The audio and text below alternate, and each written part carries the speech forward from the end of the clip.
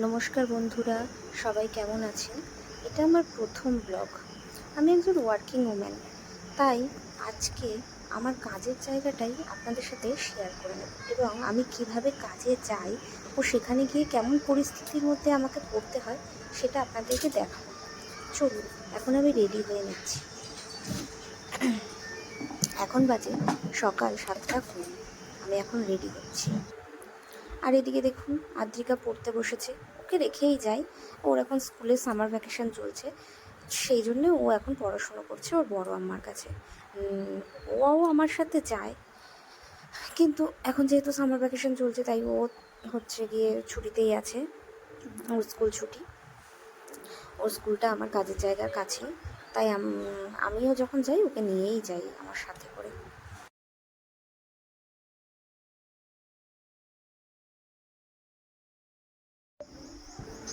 অনেক সকালে যেহেতু বার হই, তাই তাড়াহুড়োর মধ্যে না তেমন কিছু খাওয়া হয় না, জানেন তো। তাই একটু চা আর বিস্কিট খেয়ে আমি বেরিয়ে পড়ব। দেখুন, আমি চা বিস্কিট খাচ্ছি।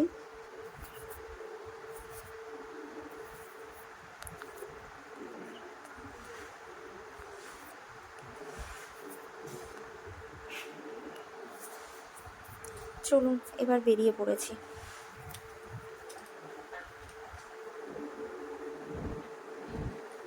ওই যে ও বাইক বার করেছে, আমরা বাইকে করেই যাব।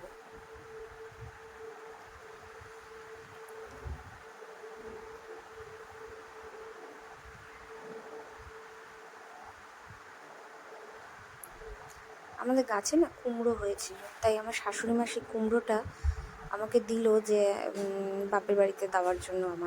আমার পিসিও আমার যেখানে কাজ সেখানেই কাজ করতে আসে,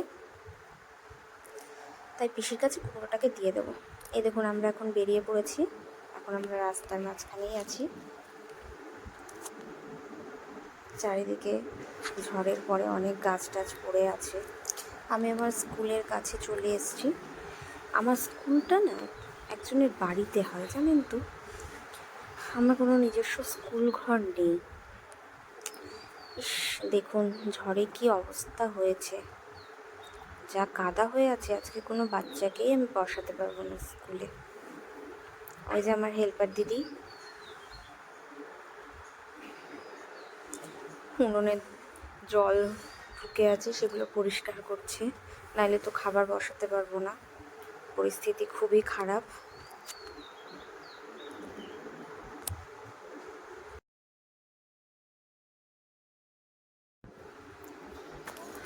কোনো রকম একটু জায়গা করে বসেই পড়েছি। দেখুন পরিস্থিতিটা, আমি কোথায় বসে আছি।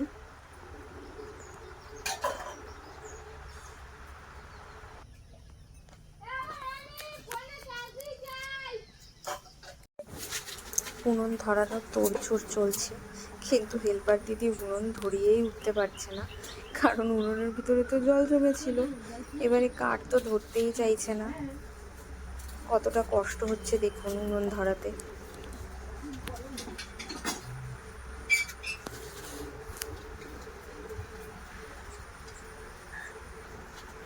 অনেক কষ্টের পরে একটুখানি উনুন জ্বলেছে।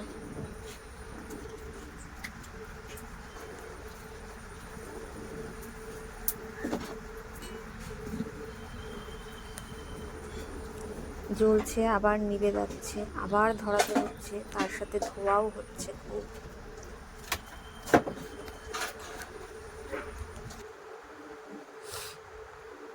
নিন, শেষমেশ উনুনটা ধরানো গেছে এবং খাবারটাও বসানো গেছে। চলুন আবার খাবারটা হয়ে যাক, খাবার দেওয়ার সময় ফিরে আসছি। জ্বলবে, অনেক কষ্টে চালানো গেছে, দেখো কি হয়। শেষমেশ আমাদের খাবারটা তৈরিও হয়ে গেছে এবং মায়েরাও দেখুন খাবার নিতে চলে এসেছে। এখন খাবারটা আমার হেল্পার দিদি মায়েদেরকে বিতরণ করে দেবে, আর তারপরে আমরাও বাড়ি চলে যাব। এই ছিল আজকের ব্লগ। আজ এই পর্যন্তই। আশা করি আপনাদের ভালোই লাগবে আমার কাজের এক্সপিরিয়েন্সটা। সবাই ভালো থাকবেন, সুস্থ থাকবেন। দেখা হচ্ছে পরবর্তী ব্লগে। টাটা।